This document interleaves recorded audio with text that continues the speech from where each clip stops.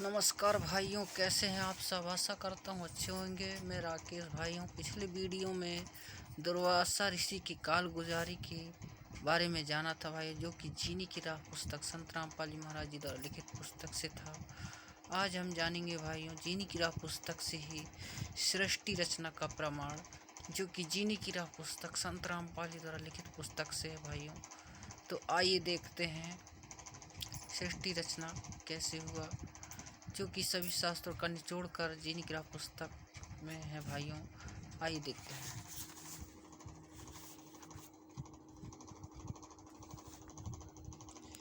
जैसा कि मैं हर वीडियो में बताता रहता हूँ कि आप इसे निःशुल्क घर बैठे मंगवा सकते हैं।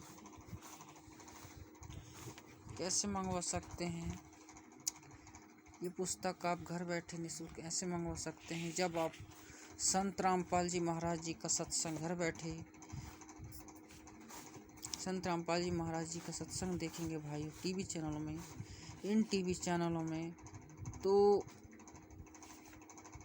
टीवी के स्क्रीन में जो पीली पट्टी चलती है, उस पीली पट्टी पर कॉन्टैक्ट नंबर चलते रहते हैं भाइयों, जिसके ज़रिए जो है आप अपना नाम, पता, एड्रेस तथा पुस्तक का नाम लिखकर जो है घर बैठे पुस्तक मंगवा सकते हैं। और तो आइए जानते हैं कि सृष्टि की रचना कैसे हुआ। और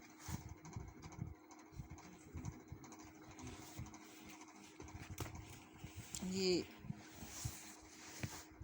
पेज नंबर 225 है भाइयों।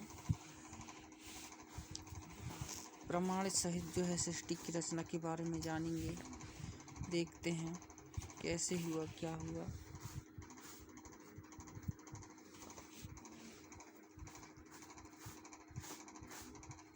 सृष्टि रचना सूक्ष्म वेद से निष्कर्ष रूप सृष्टि रचना का वर्णन इस प्रकार दिया है भाइयों। प्रभु प्रेमी आत्मा प्रथम बार निम्न सृष्टि रचनाओं को पढ़ेंगे तो ऐसे लगेगा जैसे दंत कथा हो, परंतु सर्व पवित्र सदग्रंथों के प्रमाणों को पढ़कर दांतों तले उंगली दबाएंगे, क्योंकि ये वास्तविक अमृत ज्ञान कहाँ छुपा था। कृपया धैर्य के साथ पढ़ें तथा इस अमृत ज्ञान को सुरक्षित रखें, आपकी 101 पीढ़ी तक काम आएगा। पवित्र आत्मा कृपया सत्यनारायण माने अविनाशी प्रभु सतपुरुष द्वारा रची सृष्टि रचना का वास्तविक ज्ञान पढ़ें। पहला है पूर्ण ब्रह्म। इस सृष्टि रचना में सतपुरुष सतलोक का स्वामी माने प्रभु, अलख पुरुष अलख लोक का स्वामी प्रभु, अगम पुरुष अगम लोक का स्वामी तथा अनामी पुरुष अनामी लोक का स्वामी, अकह लोक अलोक अकह लोक का स्वामी प्रभु तो एक ही पूर्ण ब्रह्म है, जो वास्तव में अविनाशी प्रभु है, जो भिन्न भिन्न रूप धारण करके अपने चारों लोकों में रहता है भाइयों, जिसके अंतर्गत असंख्य ब्रह्मांड आते हैं। दूसरा जो परमात्मा है भाइयों, ये पार ब्रह्म है। यह केवल 7 संग ब्रह्मांड का स्वामी है, प्रभु है। ये अक्षर पुरुष भी कहलाता है, परंतु यह इसके वास्तव में ब्रह्मांड अविनाशी नहीं है। इसके वास्तव में ब्रह्मांड जो है अविनाशी नहीं है, नाशवान है। तीसरा है ब्रह्म। ये केवल 21 ब्रह्मांड का स्वामी है, प्रभु है। इस इच्छार पुरुष ज्योति निरंजन काल आदि उपमा से जाना जाता है। यह तथा इसके सर्व ब्रह्मांड नाशवान है।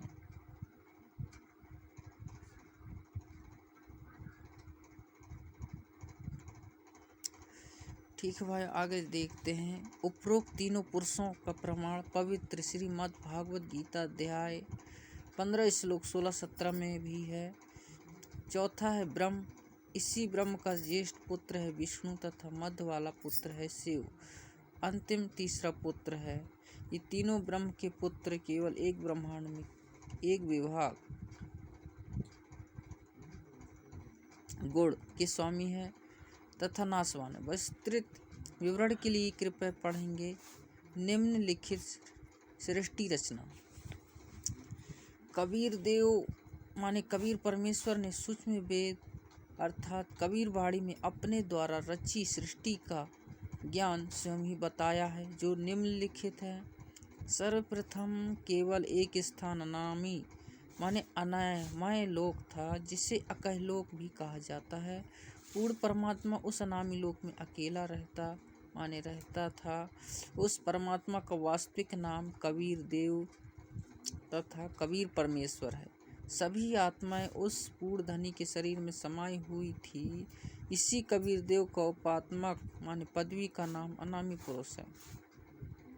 पुरुष का अर्थ प्रभु होता है। प्रभु ने मनुष्य को अपने ही स्वरूप में बनाया, इसलिए मानव का नाम भी पुरुष ही पड़ा।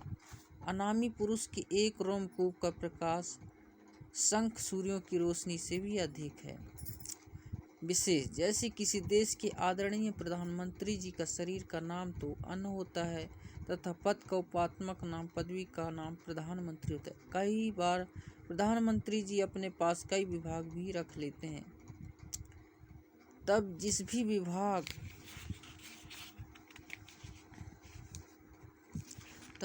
विभाग में एक आत्माएं प्रवेश की तथा अंडे को मानसरोवर के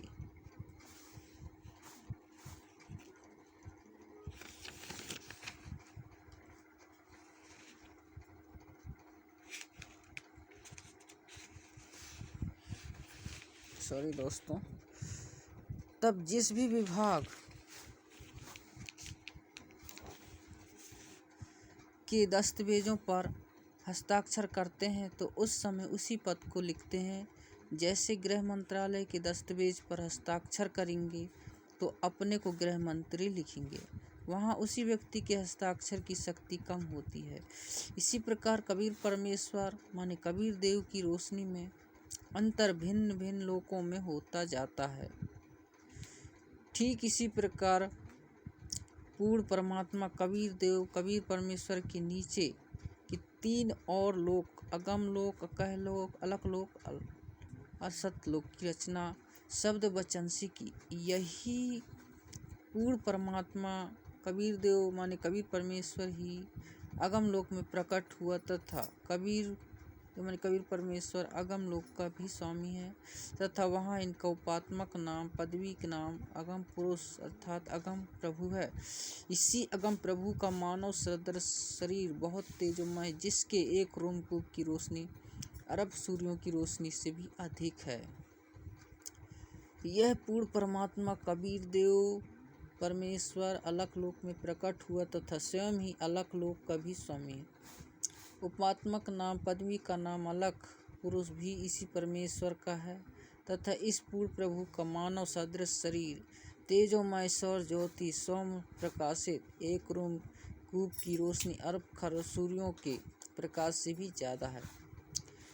यही पूर्ण प्रभु सतलोक में प्रकट हुआ तथा सतलोक का भी अधिपति यही है, इसलिए इसी का उपात्मक नाम पदवी का नाम सतपुरुष अविनाशी प्रभु, इसी का नाम अकाल मूर्ति शब्द स्वरूपी राम पूर्ण ब्रह्म परम अक्षर ब्रह्म आदि है। इसी सतपुरुष कबीर देव कबीर प्रभु का मानव सदृश शरीर तेजोमय है, जिसके एक रोमकूप का प्रकाश करोड़ों सूर्यों तथा इतने ही चंद्रमाओं के प्रकाश से भी अधिक है। इस कबीर देव माने कबीर प्रभु ने सतपुरुष रूप में प्रकट होकर सतलोक में विराजमान होकर प्रथम सतलोक में अन्न रचना की।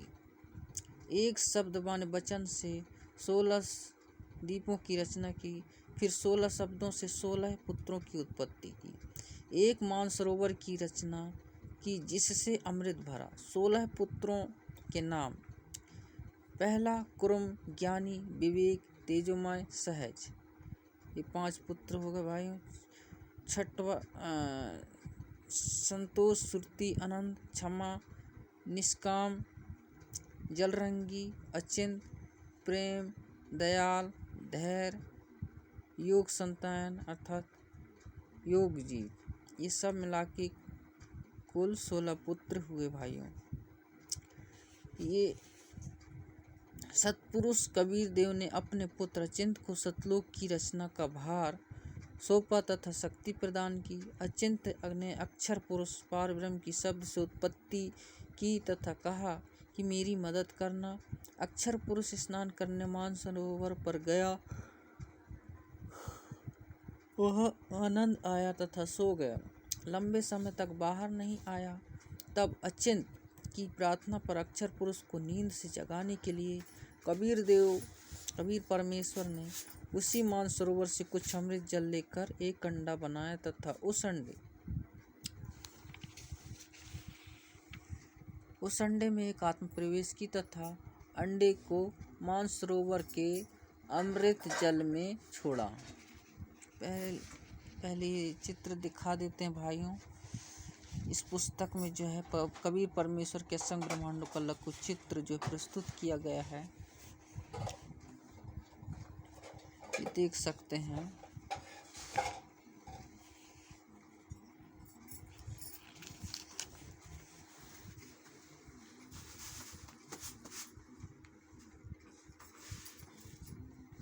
ये आप देख सकते कबीर परमेश्वर के असंग ब्रह्मांडों का लघु चित्र। अनामी लोक इस लोक में आत्मा और परमात्मा एक रूप होकर कबीर साहिब के अनामी रूप में हैं। जैसे मिट्टी के ढेले छोटे छोटे टुकड़े हो जाते हैं, फिर वर्षा होने पर पृथ्वी बन जाती है, अलग अस्तित्व नहीं रहता। अगम लोक इस लोक में भी कबीर साहिब अगम पुरुष रूप में रहते हैं। अलख लोक इस लोक में भी कबीर साहिब अलख पुरुष में रहते हैं।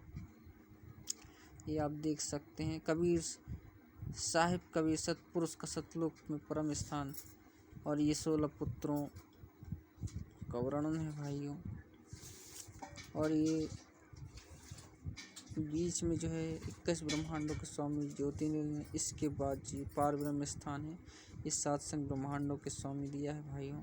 और इसके बाद जो बाहरी जो बिंदु बिंदु दिख रहे हैं आप देख सकते हैं, ये असंग ब्रह्मांडों के स्वामी कबीर परमेश्वर का है भाइयों। तो ये वो चित्र था भाइयों, ये वो चित्र है। चलिए अब जो है आगे का जानते हैं।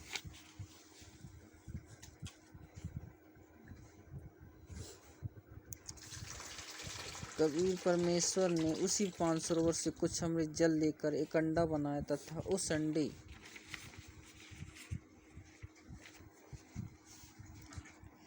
मानसरोवर के अमृत जल में छोड़ा। आत्मा प्रवेश की तथा अंडे को मानसरोवर के अमृत जल में छोड़ा। अंडे की गड़गड़ाहट से अक्षर पुरुष की निद्रा भंग हुई। उसने अंडे को क्रोध से देखा, जिस कारण से अंडे 2 भाग हो गए। उसमें से ज्योति निरंजन माने क्षार पुरुष निकला, जो आगे चलकर काल कहलाया। इसका वास्तविक नाम केल है। तब सतपुरुष माने कबीर देव ने आकाशवाणी की कि आप दोनों बाहर आओ तथा अचिंत के द्वीप में रहो। आज्ञा पाकर अक्षर पुरुष तथा क्षार पुरुष माने केल दोनों अचिंत के द्वीप में रहने लगे। माने बच्चों की नालायकी उन्हीं को दिखाई कि कहीं फिर प्रभुता की तड़प ना बन जाए, क्योंकि समर्थ बिना कार्य सफल नहीं होता। पूर्ण धनी कबीर देव सर्व रचना स्वयं की, अपनी शब्द शक्ति से एक राजेश्वरी में राष्ट्रीय शक्ति उत्पन्न की, जिससे सर्व ब्रह्मांडों का स्थापित किया। इसी को पराशक्ति परानंदिनी भी कहते हैं। पूर्ण ब्रह्म ने सर्व आत्माओं को अपने ही अंदर से अपनी वचन शक्ति से अपने मानव शरीर सादृश उत्पन्न किया। प्रत्येक हंस आत्मा का परमात्मा जैसा ही शरीर रचा, जिसका तेज माने 16 सूर्यों जैसा मानव सदृश ही है। परंतु परमेश्वर के एक शरीर के एक रोमकूप का प्रकाश करोड़ों सूर्यों से भी ज़्यादा है। बहुत समय उपरांत क्षार पुरुष माने ज्योतिर्निरंजन ने सोचा कि हम तीनों माने अचिंत अक्षर पुरुष क्षार पुरुष एक द्वीप में रह रहे हैं तथा एक अन्य एक द्वीप में रह रहे हैं। मैं भी साधना करके अलग द्वीप प्राप्त करूंगा। उसने ऐसा विचार करके एक पेड़ पर खड़ा होकर 70 युग तक तप किया। ठीक है भाइयों, फिलहाल भी अभी के लिए इतना ही। अगले वीडियो में जानेंगे आत्मा काल के जाल में कैसे फंसी। वीडियो पसंद आए वीडियो को लाइक शेयर कमेंट करके बताओ भाई वीडियो कैसा लगा। चैनल पर नए हैं तो चैनल को सब्सक्राइब कर लें, ताकि मेरा हर आगे आने वाला वीडियो सबसे पहले आप सबको दिखाई दे। ठीक है भाइयों, तब तक के लिए नमस्कार, धन्यवाद।